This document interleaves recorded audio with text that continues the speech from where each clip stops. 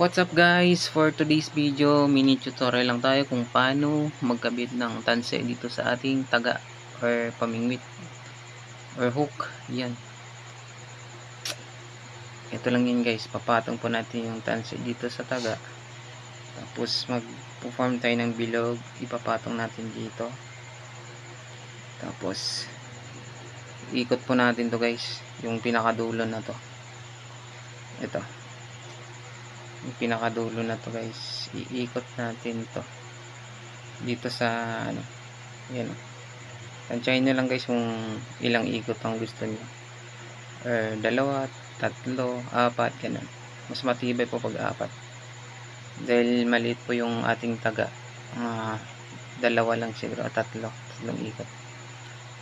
Tapos hihilahin nyo to guys, yung pinakadulo na to. Kailangan nakafix pa rin po dito yung paghawak nyo para hindi po siya maano.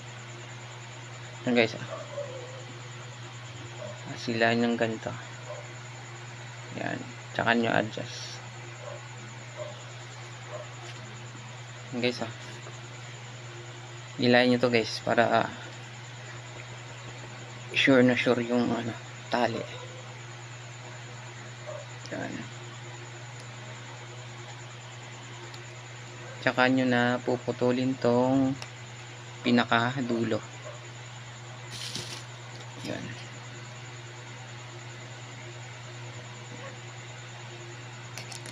yan guys, ito na yung ating taga na merong tanse. Yan na po guys yung itsura nya. Yan, napakalinis na po ng paggawa. Yan, hindi na po to guys matatanggal. Yun, isa pang trick or pagdugtong sa tanse ng ano, taga. Yan guys,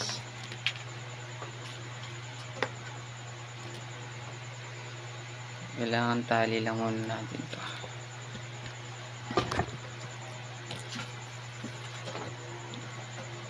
Ito na guys yung ating ano, tanse na merong taga. Lalagay natin to sa tanse na mahaba. Yun, gusto nyong dalawa or tatlo yung taga dito sa isang line ng tanse. Yan yung itsura nya guys. Yan, ito lang yan guys. Mag fold lang po kayo ng isa dito, tapos dito sa kabila. Yan, counterclockwise. Sigpitan nyo muna to guys, hilahin nyo tong pinakadulo na to, hilahin nyo. Yan, tsaka nyo na ituloy yung paghahabi nito dito. Parang guys, yan.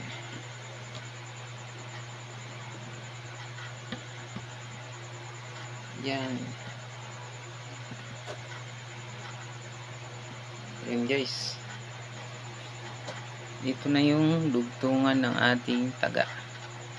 Tsaka natin puputulin tong ano, nasa dulo. Yan, ito na guys ang ating taga na ano. Yan yung dugtungan nya guys. Yun, yan, yan na yung paggawa ng dalawang taga or more, marami pa. Yun, sana guys may natutunan kayo sa ating video to.